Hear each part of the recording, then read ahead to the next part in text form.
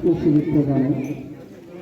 এবং বর্তমানে আমাদের পরিস্থিতি, এই যে বিজেপি সরকার, স্বৈরাচারী সরকার, এই সরকার শুধু মুসলমানদের শত্রু নয়, হিন্দু, মুসলমান, শিখ, ইসাই, খ্রিস্টান প্রত্যেকের শত্রু। আজকে দেখুন হকারগুলো আমাদের মধ্যে মুসলমানের ভিতরে মাত্র 10% আছে, 90% হিন্দু। ক্ষতিগ্রস্ত হচ্ছে হিন্দুরা, এবং যে সমস্ত ঘর বাড়ি ভাঙচুর করছে বুল্ডোজার দিয়ে, বেশিরভাগ কিন্তু হিন্দুরা। আজকে তারা পথে নেমেছে, কি ভুল করেছে তারা বুঝতে পারছে যে আজকের বিজেপি সরকারে এনে আমাদের নিজেদের ক্ষতিটা আমরা ডেকে নিয়েছি।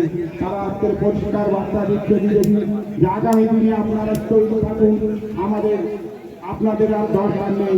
এর পরবর্তীকালে যদি কেউ আসে, আমরা একবার সিপিএমকে দিয়েছিলাম, কংগ্রেসকে দিয়েছিলাম, তৃণমূলকে দিয়েছিলাম, কেউ কিছু আমাদের সহযোগিতা করেনি।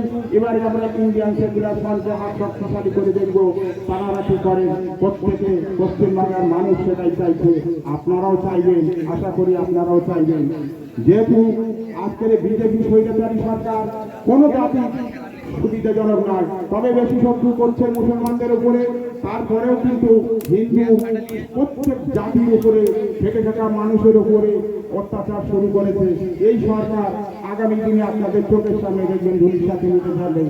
কারণ এই সরকার গরিব মানুষের সরকার নয়, পুঁজিবাদীদের সরকার। এই সরকার কোনো খেটে থাকা মানুষের সরকার নয়, এই সরকার হচ্ছে পুঁজিবাদী সরকার, যার জন্য যত ক্ষতিগ্রস্ত করছে আজকের গরিব মানুষের ওকে জাত দেখছে না, কিছু দেখছে না, ক্ষতিগ্রস্ত করে যাচ্ছে। তাই আপনাদের বলবো আগামী দিনে ইন্ডিয়ান সেকুলার ফ্রন্টের হাতকে শক্তিশালী করে, নওশাদ সিদ্দিকী ভাইজানের হাতকে শক্তিশালী করে আপনারা আমাদের ইন্ডিয়ান সেকুলার ফ্রন্টের হাত শক্তিশালী করে আগামী দিনে জয়যুক্ত করার পরিকল্পনা নেবেন। আর বিকাল 4টে শ্রীনগর গাজীপাড়ায় একটা বুথ কমিটি আছে, আশা করবো আপনারা সবাই যাবেন। এই বলে আমি বক্তব্য শেষ করছি।